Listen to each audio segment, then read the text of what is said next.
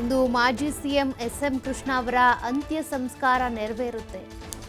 ಒಕ್ಕಲಿಗ ಸಂಪ್ರದಾಯದಂತೆ ಅಂತಿಮ ವಿಧಿವಿಧಾನಗಳು ಜರುಗುತ್ತವೆ. ಇದಕ್ಕೆ ಬೇಕಾಗಿರುವಂತಹ ಸಿದ್ಧತೆಗಳು ನಡೀತಾ ಇವೆ. ಕೃಷ್ಣ ಅವರ ಮೊಮ್ಮಗ ಅಮರ್ತ್ಯ ಸಿದ್ಧಾರ್ಥ್ ಅವರಿಂದ ಅಗ್ನಿ ಸ್ಪರ್ಶವಾಗುತ್ತೆ.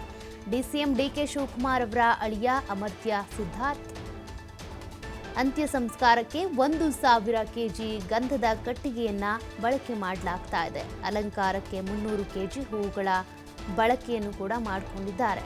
ಅರಣ್ಯ ಇಲಾಖೆ ವಾಹನದಲ್ಲಿ ಶ್ರೀಗಂಧದ ತುಂಡುಗಳು ಈಗಾಗಲೇ ರವಾನೆ ಆಗಿದ್ದಾವೆ ಸೋಮನಹಳ್ಳಿ ಗ್ರಾಮಕ್ಕೆ. ಇವತ್ತು ಮಾಜಿ ಸಿಎಂ ಎಸ್.ಎಂ. ಕೃಷ್ಣ ಅವರ ಅಂತ್ಯ ಸಂಸ್ಕಾರ ಜರುಗುತ್ತೆ. ಇದಕ್ಕೆ ಬೇಕಾಗಿರುವಂಥ ಎಲ್ಲ ಸಿದ್ಧತೆಗಳು ಕೂಡ ಈಗಾಗಲೇ ನಡೆದಿದೆ.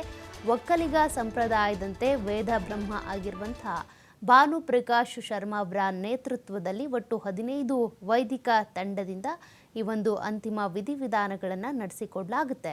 ಈಗಾಗಲೇ ಹೇಳಿದಂತೆ ಎಸ್.ಎಂ. ಕೃಷ್ಣ ಅವರು ರೈತ ಪರವಾಗಿ ಇರ್ತಾ ಇದ್ರು. ಶ್ರೀಗಂಧ ಮರಗಳನ್ನು ಬೆಳೆಯೋದಕ್ಕೆ ಅಂತ ರೈತರಿಗೆ ಅವಕಾಶ ಕಲ್ಪಿಸಿಕೊಟ್ಟಿದ್ದೆ ಎಸ್.ಎಂ. ಕೃಷ್ಣ ಅವರ ಕಾಲದಲ್ಲಿ.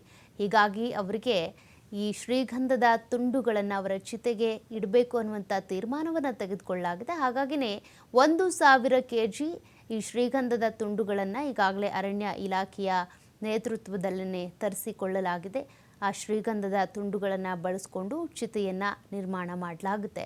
ಒಕ್ಕಲಿಗ ಸಂಪ್ರದಾಯದಂತೆ ದಹನ ಕ್ರಿಯೆಯನ್ನು ಮಾಡಲಾಗುತ್ತೆ. ಇದಕ್ಕೆ ಬೇಕಾಗಿರುವಂಥ ಎಲ್ಲ ಸಿದ್ಧತೆಗಳು ಕೂಡ ಪೊಲೀಸರ ಕಡೆಯಿಂದ, ಕುಟುಂಬಸ್ಥರ ಕಡೆಯಿಂದ, ಸರ್ಕಾರದ ಕಡೆಯಿಂದ ನಡೀತಾ ಇದೆ. ಸಕಲ ಗೌರವಗಳೊಂದಿಗೆ ಮಾಜಿ ಮುಖ್ಯಮಂತ್ರಿ ಎಸ್.ಎಂ. ಕೃಷ್ಣ ಅವರನ್ನು ಕಳುಹಿಸಿಕೊಡಲಾಗುತ್ತೆ. ಎಸ್.ಎಂ. ಕೃಷ್ಣ ಅವರು ಅಂತ ಬಂದಾಗ ಅವರಿಗೆ ಇಂಥದ್ದೇ ಒಂದು ಡೆಸಿಗ್ನೇಷನ್ ಅಂತ ಇಲ್ಲ ನೋಡಿ. ಅವರು ವಿದೇಶಾಂಗ ಸಚಿವರಾಗಿ ಕೆಲಸ ಮಾಡಿದ್ರು, ಮಹಾರಾಷ್ಟ್ರದ ರಾಜ್ಯಪಾಲರಾಗಿದ್ದರು. ಅಂದರೆ ನಮ್ಮ ರಾಜ್ಯದಲ್ಲಿ ದೊಡ್ಡ ಹುದ್ದೆ ಅಂತ ಬಂದಾಗ ಈಗ ಮುಖ್ಯಮಂತ್ರಿ ಆಗಿದ್ರು ಅಂತಲೇ ಹೇಳಬೇಕಾಗುತ್ತೆ. ಹಾಗಾಗಿ ಮಾಜಿ ಮುಖ್ಯಮಂತ್ರಿ ಅನ್ನೋದನ್ನ ಬಳಸ್ತಾರೆ. ಬಟ್ ಅವರು MLAಯಿಂದ ಹಿಡಿದು ಅಂದರೆ 1962ರಲ್ಲಿ ಮದ್ದೂರಿನಲ್ಲಿ ಗೆದ್ದು ಮದ್ದೂರು ಕೆನಡಿ ಅಂತ ಕರೆಸ್ಕೊಂಡಂತಹ ಧೀಮಂತ ನಾಯಕ, ಅಲ್ಲಿಂದ ಹಿಡಿದು ನೋಡಿ ಆ ದೃಶ್ಯಗಳನ್ನ ನೀವು ನೋಡ್ತಾ ಇದ್ದೀರಾ. ಅನೇಕರು ಅಲ್ಲಿ ಪುಷ್ಪವೃಷ್ಟಿಯನ್ನು ಗೈತಾ ಇದ್ದಾರೆ. ಅಂದರೆ ತೆರೆದ ವಾಹನದಲ್ಲಿ ಎಸ್.ಎಂ. ಕೃಷ್ಣ ಅವರ ಅಂತಿಮ ಯಾತ್ರೆ ಏನು ಸಾಗ್ತಾ ಇದೆ, ಅಲ್ಲಿ ಅನೇಕ ಜನರು ಬ್ರಿಡ್ಜ್ ಮೇಲೆ ನಿಂತ್ಕೊಂಡು ಈ ರೀತಿ ಪುಷ್ಪವೃಷ್ಟಿಯನ್ನು ಮಾಡ್ತಾ ಇದ್ದಾರೆ.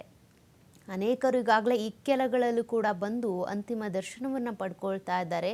ಕೆಲವೊಂದು ಸ್ಟಾಪ್ಗಳಲ್ಲಿ ಮಾತ್ರ ನಿಲ್ಲಿಸ್ತೀವಿ ಅಂತ ಡಿಸಿಎಂ ಡಿಕೆ ಶಿವಕುಮಾರ್ ಅವರು ಹೇಳಿದರು. ಎಲ್ಲ ಕಡೆ ನಿಲ್ಲಿಸ್ಕೊಂಡು ಬಂದರೆ ಇವತ್ತು ಇಡೀ ದಿನ ಆದ್ರೂ ಆಗಲ್ಲ. ಅಂದರೆ ಜನರು ಬರ್ತಾನೆ ಇರ್ತಾರೆ, ನೋಡ್ತಾನೆ ಇರ್ತಾರೆ. ಹಾಗಾಗಿ ಈಗ 3 ಗಂಟೆವರೆಗೂ ಕೂಡ ಸೋಮನಹಳ್ಳಿಯಲ್ಲೂ ಅಂತಿಮ ದರ್ಶನಕ್ಕೆ ವ್ಯವಸ್ಥೆ ಮಾಡಿಕೊಡ್ಬೇಕಾಗುತ್ತೆ. ಹಾಗಾಗಿ ಹೀಗೆ ಈ ರೀತಿ ಮಾಡ್ತಾ ಇರುವಂಥದ್ದು. ಅಂದರೆ ಹಾದಿಯುದ್ದಕ್ಕೂ ಕೂಡ ಅಲ್ಲಲ್ಲಿ ನಿಲ್ಲಿಸಿ ಜನರಿಗೆ ಅವಕಾಶ ಮಾಡಿಕೊಡ್ತಾ ಇದ್ದಾರೆ. ಸದ್ಯಕ್ಕೆ ಇನ್ನೇನು ಕೆಲವೇ ಕ್ಷಣಗಳಲ್ಲಿ ಸೋಮನಹಳ್ಳಿ ಗ್ರಾಮವನ್ನು ತಲುಪುತ್ತೆ ಈ ಪಾರ್ಥಿವ ಶರೀರವನ್ನು ಹೊತ್ತಂಥ ತೆರೆದ ವಾಹನ. ಈಗ ಎಲ್ಲ ಸಿದ್ಧತೆಗಳು ಸೋಮನಹಳ್ಳಿಯಲ್ಲೂ ನಡೀತಾ ಇದ್ದಾವೆ. ಈಗಾಗಲೇ ಹೇಳ್ತಾ ಇದ್ದಾಗೆ MLAಯಿಂದ ಶುರು ಮಾಡಿದಂಥ ಅವರ ರಾಜಕೀಯ ಜೀವನ ಏನಿದೆ, ಮಹಾರಾಷ್ಟ್ರದ ರಾಜ್ಯಪಾಲರಾಗೋವರೆಗೂ ಕೂಡ ಅವ್ರ ಕಾರ್ಯವನ್ನು ನಿರ್ವಹಿಸುವಂತೆ ಆಯಿತು. ಅಂದರೆ ಇವರು ಯಾವ್ಯಾವ ವಿವಿಧ ಹುದ್ದೆಗಳನ್ನು ನಿರ್ವಹಣೆ ಮಾಡಿದ್ರು ಆ ಎಲ್ಲ ಹುದ್ದೆಗಳಲ್ಲಿಗೂ ಕೂಡ ಅವರು ಗೌರವವನ್ನು ಕೊಡ್ತಾ ಇದ್ರು.